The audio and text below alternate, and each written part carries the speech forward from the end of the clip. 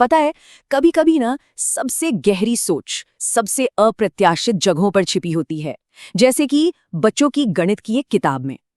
आज हम एक ऐसे ही बहुत ही साधारण से दिखने वाले अध्याय को खोलकर देखेंगे और पता लगाएंगे कि ये कैसे आगे चलकर बीजगणित यानी अलजेब्रा जैसी बड़ी चीजों के लिए एक जबरदस्त नींव तैयार करता है।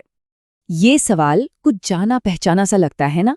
हम में से ज्यादातर लोगों के लिए इसका मतलब क्या है? बस कुछ नंबर्स हैं, कुछ सिंबल्स हैं। लेकिन क्या हो अगर इसका जवाब कुछ बिल्कुल ही अलग हो, कुछ ऐसा जिसकी हम उम्मीद भी ना करें? तो ये है उस एब्स्ट्रैक्ट से सवाल का जवाब, एक खूबसूरत असली बगीचा। नहीं नहीं, ये कोई पहेली नहीं है, बल्कि ये मैथ्स को देखने का एक बिल्कुल नया नजरिया है। चलिए समझते हैं कि ये क्या हो रहा है। तो पहला बड़ा आइडिया वो ये है कि मल्टीप्लिकेशन यानी गुणा को सिर्फ एक फॉर्मूले की तरह नहीं बल्कि एक फिजिकल अरेंजमेंट की तरह देखा जाए। तो ये जो श्यामा का बगीचा है, ये हमें एक कॉन्सेप्ट से मिलवाता है जिसे एरे कहते हैं, मतलब एक सिस्टमैटिक पैटर्न। और सच कहें तो ये गुणा को विजुअलाइज करने का एक बहुत ही पावरफुल तरीका है। अब यहाँ 18 सिर्फ एक नंबर नहीं है, नहीं, वो 6 लाइनों में लगे 3-3 पौधों का एक खूबसूरत अरेंजमेंट है। 6 गुणा 3 18। और कमाल की बात देखिए, किताब यहीं नहीं रुकती। वो दिखाती है कि कैसे उसी 18 नंबर को हम अलग अलग तरीकों से अरेंज कर सकते हैं। जैसे एक ही लाइन में पूरे 18 पौधे लगा दो, या फिर 9-9 पौधों की 2 लाइनें बना दो। मतलब एक ही नंबर, लेकिन उसे देखने के कितने अलग अलग तरीके। इससे सोचने में एक फ्लेक्सिबिलिटी आती है। तो समझ रहे हैं, गोल सिर्फ सही जवाब तक पहुंचना नहीं है, असली मकसद तो दिमाग में एक तस्वीर बनाना है कि गुणा असल में है क्या। ये रटने के बारे में नहीं है, ये देखने और समझने के बारे में है। अच्छा, अब आगे बढ़ते हैं। अब जो हम देखने वाले हैं वो और भी दिलचस्प है। हम देखेंगे कि कैसे टेबल्स यानी पहाड़े सिखाने की एक सीधी सादी ट्रिक असल में मैथ्स का एक बहुत ही फंडामेंटल, एक बहुत ही गहरा प्रिंसिपल है। तो किताब में एक बच्चा सीधा सीधा कहता है, मुझे 7 का पहाड़ा नहीं आता। अब ये तो एक बहुत ही कॉमन प्रॉब्लम है ना? लेकिन किताब इसका जो सल्यूशन देती है वो बहुत ही स्मार्ट है। तो देखिए, ये किसी मैजिक ट्रिक जैसा लगता है। अगर 7 का टेबल नहीं आता, कोई बात नहीं, क्या 2 और 5 का आता है? अगर हाँ, तो बस उनके जवाबों को जोड़ते जाइए। 2 और 5 मिलकर 7 हो गए, 4 और 10 मिलकर 14, 6 और 15 मिलकर 21, और बस बन गया 7 का टेबल। है ना कमाल? एक मुश्किल पहाड़े को 2 आसान हिस्सों में तोड़ दिया। लेकिन जैसा कि कहा, ये कोई जादू नहीं है, ये मैथ्स का एक बहुत ही गहरा प्रिंसिपल है जिसे कहते हैं डिस्ट्रीब्यूटिव प्रॉपर्टी। और सबसे बड़ी बात यह है कि किताब बच्चों को ये भारी भरकम नाम बताए बिना खेल खेल में अलजेब्रा की नींव सिखा रही है। चलिए अब मल्टीप्लिकेशन से डिवीजन यानी भाग की तरफ चलते हैं। किताब यहाँ भी यही बताती है कि डिवीजन कोई एक फिक्स्ड कठोर तरीका नहीं है। ये एक कॉन्सेप्ट है जिसे कई अलग अलग एंगल से समझा जा सकता है। तो डिवीजन को विजुअलाइज करने के लिए किताब 3 आसान मॉडल सामने रखती है। पहला, ग्रुपिंग करना। दूसरा, बार बार घटाना यानी रिपीटेड सब्ट्रैक्शन। और तीसरा, एक नंबर लाइन पर जंप करना। हर मॉडल एक अलग कहानी बताता है।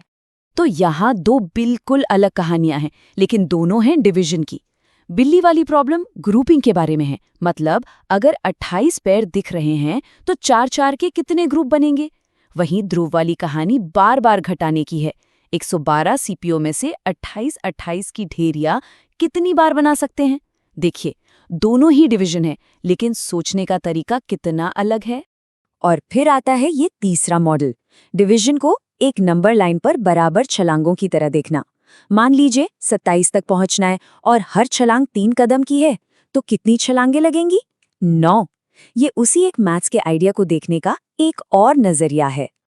तो पॉइंट क्या है? पॉइंट ये है कि जब किसी एक कॉन्सेप्ट को इतने अलग अलग एंगल से देखा जाता है, तो जो समझ बनती है ना, वो बहुत ज्यादा गहरी और फ्लेक्सिबल होती है, नींव मजबूत होती है। और अब आते हैं आखिरी और शायद सबसे दमदार उदाहरण पर। ये एक ऐसा तरीका है जो हमें उस डरावने लंबे वाले डिवीजन मेथड से बचाता है। और पता है क्या? ये दिखाता है कि इंसान असल में सोचते कैसे हैं। चलिए एक सिचुएशन लेते हैं। 70 रुपए हैं और उन्हें 5 लोगों में बराबर बांटना है। कोई इसे कैसे करेगा? एक पल के लिए सोचिए, क्या असल जिंदगी में कोई कागज पेन लेकर लंबा वाला डिवीजन करना शुरू कर देगा? शायद नहीं। किताब में राशि और सीमा ठीक यही करते हैं जो हम शायद असल में करेंगे। वो पहले एक आसान सा अमाउंट जैसे 10-10 रुपए सबको दे देते हैं। 50 रुपए बच गए, अब बचे 20। अब 20 को 5 लोगों में बांटना तो आसान है, 4-4 रुपए और दे दिए तो कुल कितने मिले? 10 + 4 यानी 14।